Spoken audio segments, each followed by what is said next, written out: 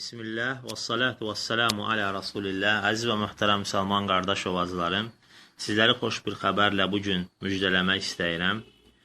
Bugün Şaban ayının artıq 14-cü günü başa çatır və 15-ci gecəsinə artıq daxil olmalıyıq. Bu gecə də mübarək bir gecələrdəndir.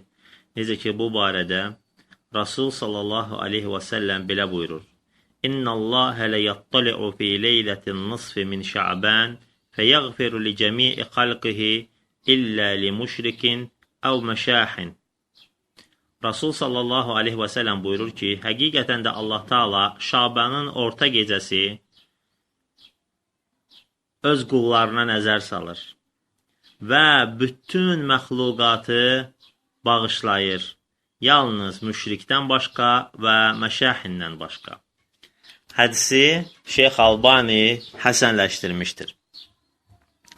Demək, qardaşlar, bu hədisdə həqiqətən də çox böyük bir mömin üçün müjdə vardır. O da odur ki, Allah Taala bütün xalqın yaratdığı məxluqatı bağışlayır. Lakin sadəcə bu məxluqatdan iki sinif insan vardır ki, istisnadır. Həmin bu bağışlanmaqdan, Allahın qufranından məhrumdurlar. O siniflərdən birincisi odur ki, Allaha şərik qoşan insan, müşrik, Allaha şərik qoşan. Yəni o kəs ki, Allaha şərik qoşur. Bura daxildir həm böyük şirk, həmçinin də kiçik şirk. O kəs ki, Allaha şərik qoşursa, bu qufrandan məhrumdur. Və ikincisinə gəldiksə isə o da məşəhindir.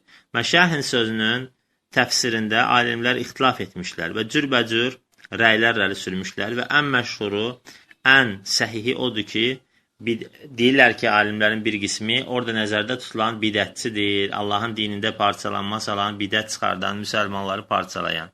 İkinci bir rəy odur ki, müşəhin barədə, o da odur ki, o kəs qəlbi kinlə doludur, müsəlmanlara kil bəsləyir, qəlbində həsəd var, bir qisim və yaxud bir kəsə və yaxud bir qisim insan müsəlmanlara qarşı qəlbində bu cür pis xüsusiyyətlər və xislətlər vardır. Və alimlər deyirlər ki, müsəlmanın müsəlmana olan, burada nəzərdə tutulan kin, söhbət dini kindən getmir. Allaha görə olan kindən, Allaha görə olan əlaqə kəsməkdən getmir.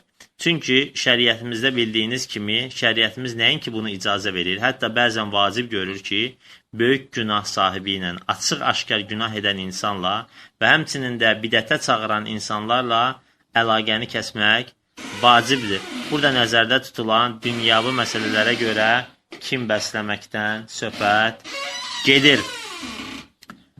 Ona görə o müsəlman qardaşlara tövsiyə edirəm ki, artıq bu gecəyə girməmişdən öncə öz qardaşlarına qarşı qəlblərində nə kin, küdurət varsa, onu çıxardıb atsınlar və özlərin bu pis xislətdən təmizləsinlər ki, Allahın bu mübarək gecəsində, Şaban ayında həmin o Allahın qufranına nail olsunlar və həqiqətən də bu çox xeyirli bir əməldir və çox əzəmətli bir fürsətdir və Allah Subhanahu Taala'dan istəyirəm ki, bizləri bu gecəyə həm böyük şirkdən, həm kiçik şirkdən təmizlənmiş olaraq daxil etsin.